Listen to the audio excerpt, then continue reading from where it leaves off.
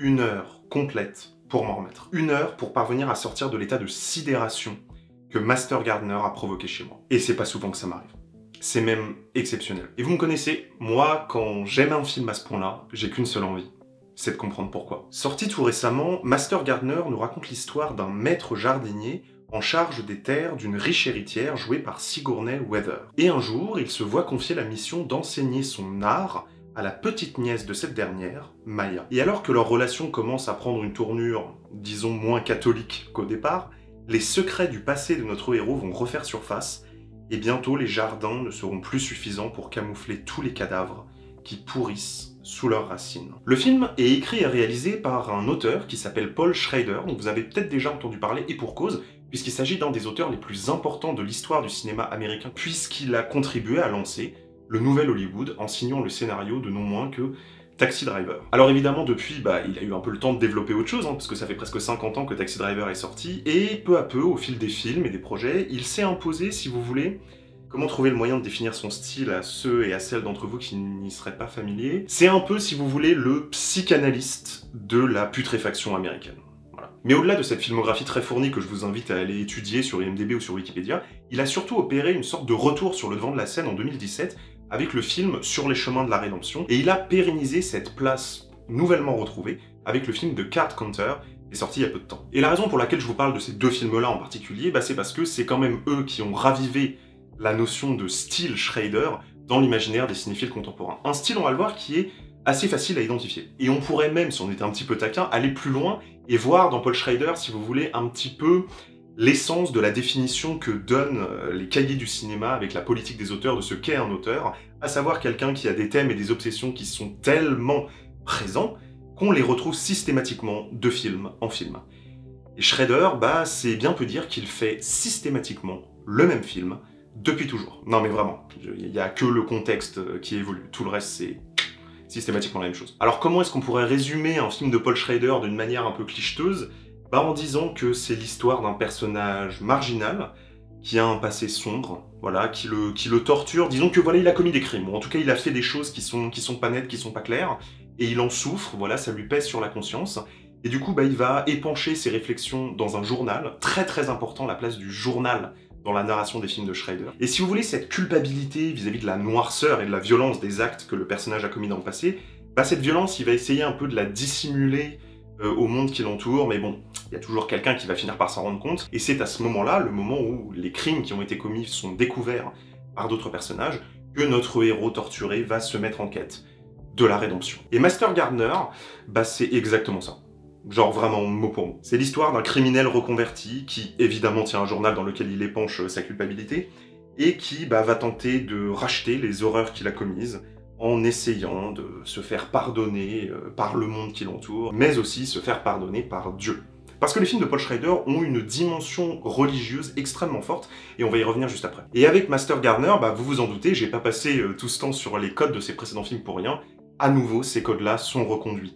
Avec cette fois-ci assez peu de scènes de violence ou d'action, il y a vraiment plus un travail qui est fait sur une contemplation qui est écrasante, ça c'est quelque chose qui vraiment caractérise pour moi le film, et mon ressenti au visionnage. C'est-à-dire qu'en fait, si vous voulez, l'image du film est travaillée pour être systématiquement bouchée. Donc impossible, par exemple, de laisser nos yeux se balader dans le cadre pour aller chercher des informations. Non, non, impossible, notre regard est prisonnier.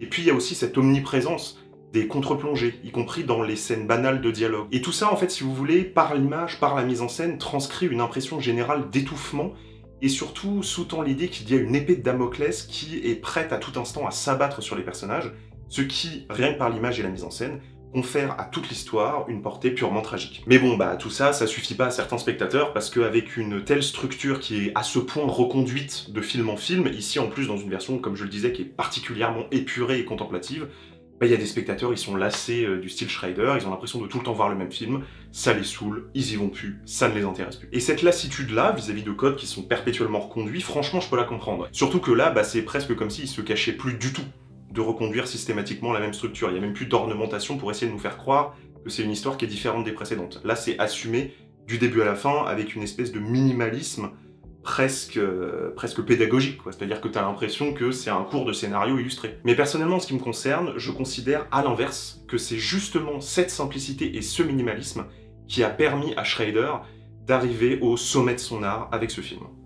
Je vais développer. Pour se mettre en jambe dans l'analyse, on va citer un auteur, Antoine de Saint-Exupéry, qui disait, je cite, « La perfection, c'est quand il n'y a plus rien à retirer. » Et j'aimerais qu'on se place en fait sous l'égide de cette phrase pour essayer de répondre à une question qui a l'air complètement conne, mais qui en fait est probablement la clé de compréhension de tout le cinéma de Paul Schrader.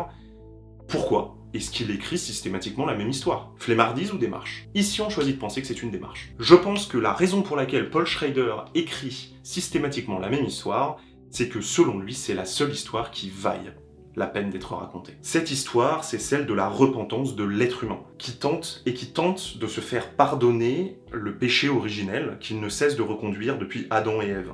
Un péché qui est d'autant plus grand aux États-Unis, puisque c'est une prétendue nation, vous le savez, qui est sous le regard de Dieu, et qui est une nation coupable de certains des pires crimes de l'histoire humaine. Et c'est là qu'on revient au résumé un peu schématique et caricatural que j'ai fait de Paul Schrader, quand je disais que c'était le psychanalyste de la putréfaction américaine. La putréfaction américaine, c'est la mort de l'idéal chrétien. L'homme incapable de se racheter alors qu'il arrivait dans une nouvelle terre, qui était donc un potentiel Éden. Et là, évidemment, vous me voyez venir, vous savez très bien que ce dont j'ai envie de vous parler maintenant, c'est que Schrader est un chrétien, et que c'est très important pour comprendre son travail. Quand notre thème principal, c'est celui-là, celui que je viens de vous évoquer, le péché originel de l'homme et sa quête de repentance, pourquoi parler d'autre chose? Puisque lorsqu'on parle de cette thématique-là, une thématique aussi fondamentale de la mythologie humaine occidentale, et ben en fait on parle de tout le reste en même temps. Et donc évidemment, quand on est chrétien, qu'on écrit des histoires qui parlent de la morale chrétienne et de la philosophie chrétienne, eh bien la seule question qu'on se pose, c'est comment partager nos réflexions, notre message, de la manière la plus simple et universelle possible. Et vous me voyez venir, c'est en construisant des structures, en établissant des codes, et en les répétant, inlassablement, de la manière la plus simple et la plus épurée possible, pour qu'ils deviennent universellement compréhensibles par tous. Pourquoi est-ce que Paul Schrader reconduit sans cesse la même structure, raconte sans cesse la même histoire, de façon de plus en plus dépouillée au fil des ans?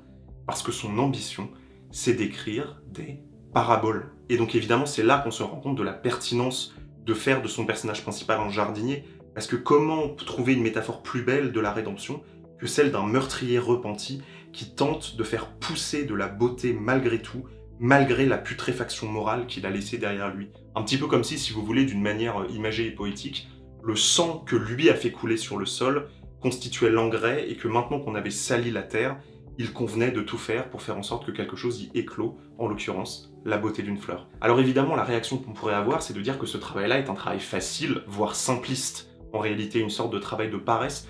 Et moi, je crois tout l'inverse. Je pense justement que ce film-là, et sa quête de simplicité, c'est l'œuvre de toute une vie d'écriture. Et que, comme le disait Saint-Exupéry, la perfection, c'est quand il n'y a plus rien à enlever.